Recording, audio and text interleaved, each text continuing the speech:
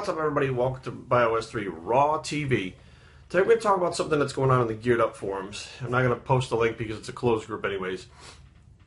But Geared Up is a forum that's on Facebook, and it's also a radio show that it's a podcast that plays weekly that I've been on before. And there was an individual on there who was posting a thread for his friend. It was a girl who he said that she eats like 1,000 calories. This is like off season for her. She's done competing for the season or whatever. She's eating 1,000 calories for her off day. It's like 1,200 or something like that for her days when she trains. She does an hour of cardio a day. And he thinks that this is, too low calories, too much cardio.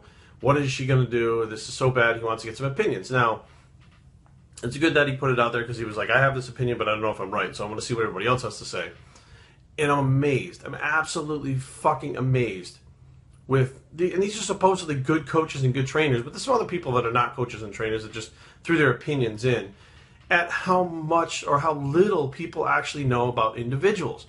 There's people out there that seem to just spit out, and I'm going to go ahead and throw this out there, spit out information that's been read or whatever, the regurgitated information that they don't really understand, but they spit it out because they read it somewhere, somebody told it somewhere, or it worked for them. What works for you may not work for someone else. Now, right off the bat, I'll tell you, Nicole Wilkins has to do an hour of cardio a day, sometimes more, in the off season, okay? She's the best in the fucking world. So obviously she's not doing it wrong. She's doing what she has to do for her body to be the best that she can.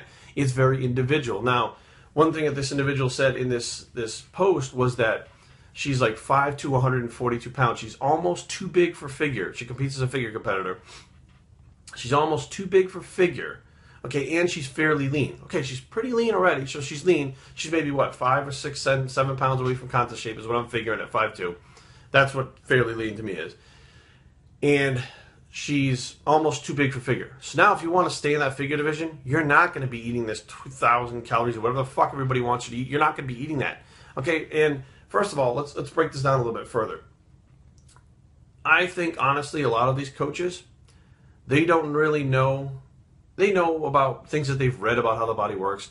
They know about things that they think should be right. But they really know about how the body works when you introduce drugs to it. So when you get somebody like this girl who's completely natural, they don't know what to fucking do. They completely go, oh, you should be doing this. No, you shouldn't. Okay, yeah, you may know, if they know what to do when you introduce drugs, how the drugs affect the body and how the body will react. They know how to do that. But when it comes to a natural person, it's not the same. And that's the difference, I think. I think what's happening is the difference between natural and drug body or drug use is getting blurred, and they're trying to combine them, and it's not what should happen. I'll give you a few examples. Now, a few examples of how individual metabolisms differ. Now, Kevin Levrone eats a very low-calorie diet. He can eat 2 meals a day and gain muscle. But to maintain his size that he wants to be, not looking like a bodybuilder, he has to eat very little. Now, would you tell him he's doing it wrong? No, you wouldn't tell him he's doing it wrong. You'd be like, hey, okay, whatever, that's Kevin Levrone. Because it's Levrone, people have the tendency to go, oh, okay, well, he's doing it right. There are two people that were sitting around, two bodybuilders that I remember, sitting around the 300-pound mark, drastically different. Now, you had Jay Cutler and Dorian Yates. Dorian Yates bulked on 5,000 calories, okay, and didn't eat anywhere near 1,000 grams of carbohydrates. And he would still do cardio in the off-season, maybe 3 times a week, he said, okay? Jay Cutler, off-season, 45 minutes a day, doing his cardio, eating 1,000 grams of carbohydrates to maintain that 300-pound physique. His calories were above what Dorian did. So technically, if you're calculating those body weights, like you guys are going with this girl's body weight, shouldn't they be doing the same thing? No, they had to do different things because they're both individuals. Okay, so therefore different things had to be done. Dorian used to go walk his dogs for cardio. Okay, Jay Cutler had to get on the stair mill to get into competition shape. Okay, there's differences in these people's physiques. Dorian Yates gained muscle very, very quickly and very, very easily. Therefore, he could diet on, about 3,500 calories, but he would bulk on 5,000. Now, for me to bulk, I have a faster metabolism than Dorian did. It's very hard for me to build muscle. For me to bulk, I have to eat like 5,500 calories, weighing about 200 pounds. Individual metabolism, that's the difference. If you did calculations by the numbers, they should be completely, drastically different. But I'm having to eat more than Dorian does. It doesn't make any sense per body weight for mine being lower and his being higher. And a perfect example is of how individual bodies work, and I've had her on here before, is my friend Ani Tronska. For years, since 2007, Ani would hire different coaches and work with different coaches. And they had the mindset, all these people on Geared Up did. You weigh this, so you should be eating that, you should be eating this, you should be eating that. Now, what they did was they didn't give a shit what she was saying about how her body worked, about what she was eating. They automatically jacked her calories up. You need to do this to get lean, do this to get lean. Too much cardio. She made all these changes like all these other people on Geared Up would say that you need to make in order to get your goals and be healthy. And next thing you know, she'd get there and look a lot worse at that show, and she wouldn't place well. Now, finally, in 2014, Ani came to me and said, I want to do this one last competition, and I know that you're going to listen to what I say. I said, absolutely. I took everything into account, what she did, and I didn't jack her calories up. I didn't jack up the cardio. I didn't do this. I took what I knew about her body, and made these little tiny changes based on what she was doing. And next thing you know, she's the hardest, most muscular one on stage, had the most muscle for her height, and won the fucking show. Okay? Again, individual metabolism. You guys are just not getting it. And if everybody is an individual, and saying that this girl is not healthy, first of all, there was no mention of blood work whatsoever in this post. Blood work will let you know whether you're healthy.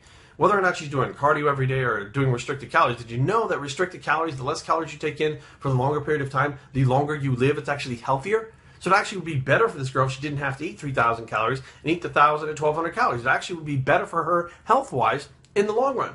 Second of all, what is her health like, her real health? Meaning her blood work. What is her cholesterol like? What is her thyroid like? What is her blood sugar like? What is her BUN number? What is her creatinine levels? What are all these things? What's the blood work like? What's her hematocrit level? What are all these things like? Does she get sick easily?